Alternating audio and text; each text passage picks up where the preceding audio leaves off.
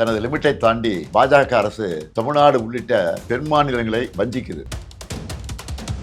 தென் மாநிலங்கள் அரசியல் வலிமையை இழப்பது மாதிரியோ நடந்தா தமிழ்நாடு பார்த்துக்கிட்டு சும்மா இருக்காது. யார் நல்லது சொன்னாலும் கேட்காத ஒன்றிய பாஜக அரசு இதையும் கேட்கல. மக்கள் தொகையை கட்டுப்படுத்துறதுக்காக தென் மாநிலங்களுக்கு தண்டனை இது. டெல்லி பாஜகவுக்கு தமிழர்கள் யாருன்னு காட்ட வேண்டிய நேரம் வந்துருச்சு. கருப்பு சட்டத்தை எதிர்த்து நம்ம எதிர்ப்பின் அடையாளமா கருப்பு கொடியை ஏற்றுவோம்.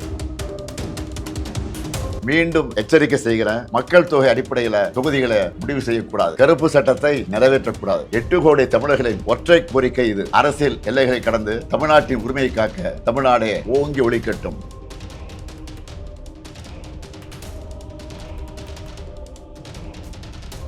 வணக்கம்.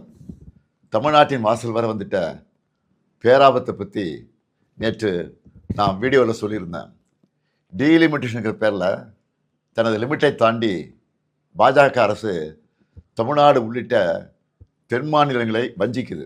வட மாநிலங்களுக்கு அரசியல் வலிமையை மேலும் வாரி வழங்குற மாதிரியோ தென் மாநிலங்கள் அரசியல் வலிமையை இழப்பது மாதிரியோ நடந்தால் தமிழ்நாடு பார்த்துக்கிட்டு சும்மா இருக்காது. ஒவ்வொரு குடும்பமும் தெருவுக்கு வந்து போராடும்னு சொல்லியிருந்தேன். யார் நல்லது சொன்னாலும் கேட்காத ஒன்றிய பாஜக அரசு இதையும் கேட்கல. சட்ட திருத்தம் கொண்டு வந்து நாடாளுமன்றத்தில் தமிழ்நாட்டின் குரலை ஒடுக்க பார்க்குறாங்க. நாளைக்கு கொண்டு வரப்போகிற சட்ட திருத்தத்தால் வட மாநிலத்துக்கும் தென் மாநிலங்களுக்குமான உறுப்பினர்கள் எண்ணிக்கை வேறுபடும்.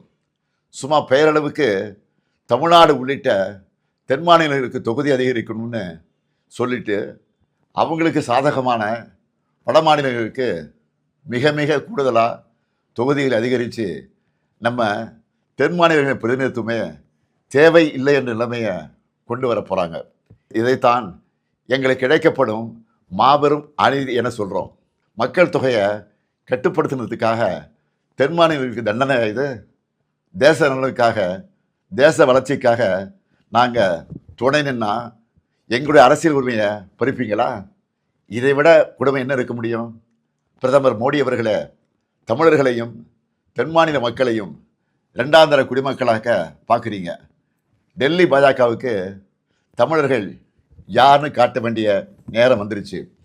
தமிழ்நாட்டின் குரல் வழியை நெருக்க நினைக்கும் ஒன்றிய பாஜக அரசுக்கு எதிராக தமிழ்நாட்டில் இருக்க ஒவ்வொரு குடும்பமும் தங்கள் எதிர்ப்பை தெரிவிக்க வேண்டிய நேரம் வந்தாச்சு. நாளைக்கு நாடாளுமன்றத்தில் அவங்க கொண்டு வர போகிற சட்ட திருத்தத்துக்கு எதிர்ப்பை காட்டுற மாதிரி தமிழ்நாட்டில் எல்லாரும் நம்ம வீட்டில் கருப்பு கொடியை ஏற்றுவோம்.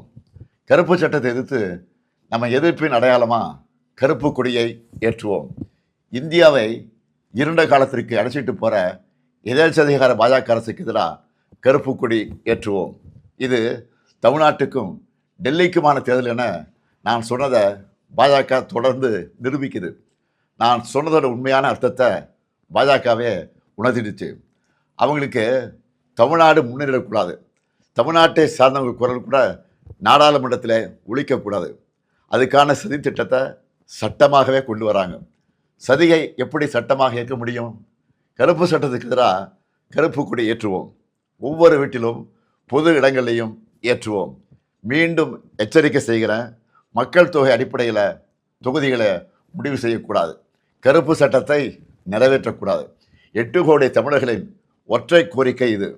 அரசியல் எல்லைகளை கடந்து தமிழ்நாட்டின் உரிமையை காக்க தமிழ்நாடே ஓங்கி ஒலிக்கட்டும். தமிழ்நாடு போராடும். தமிழ்நாடு வெல்லும். வெல்வோம் ஒன்றாக.